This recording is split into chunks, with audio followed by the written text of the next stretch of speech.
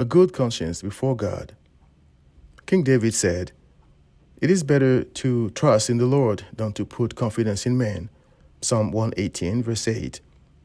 The Apostle Paul, who trusted in the Lord's Christ, spoke before the Sanhedrin, meaning the Jewish Supreme Court.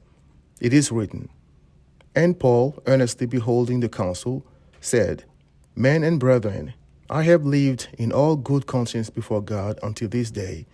And the high priest Ananias commanded them that stood by him to smite him on the mouth. Then said Paul unto him, God shall smite thee, thou whited wall," meaning hypocrite, according to Matthew 23:27. "For sittest thou to judge me after the law, and commandest me to be smitten contrary to the law?" And they that stood by said, Revilest thou God's high priest? Act 23, verse 1 to 4. I found the exchange between Ananias, the high priest, and Paul, the apostle of Christ, very interesting for two reasons. First, the mission of these two men. The high priest was a picture of Christ, the apostle and high priest of faith, according to Hebrews 3, verse 1, and great high priest, according to Hebrews 4, verse 14.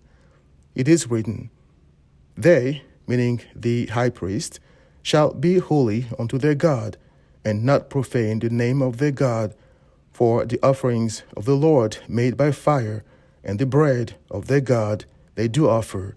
Therefore they shall be holy. Leviticus 21, verse 6. As for Paul, Christ sent him to preach the gospel. Second, what Christ meant to them. Although he was supposed to be an image of Christ, Ananias did not believe that Christ was the Messiah.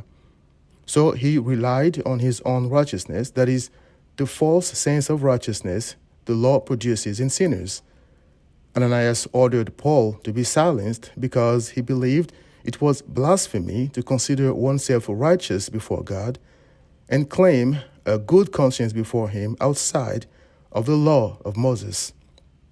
However, it is written, But now the righteousness of God without the law is manifested, being witnessed by the law and the prophets, even the righteousness of God, which is by faith of Jesus Christ, unto all and upon all them that believe. See Romans 3, 21 to 22.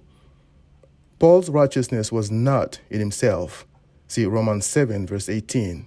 Nor in the law, but in Christ.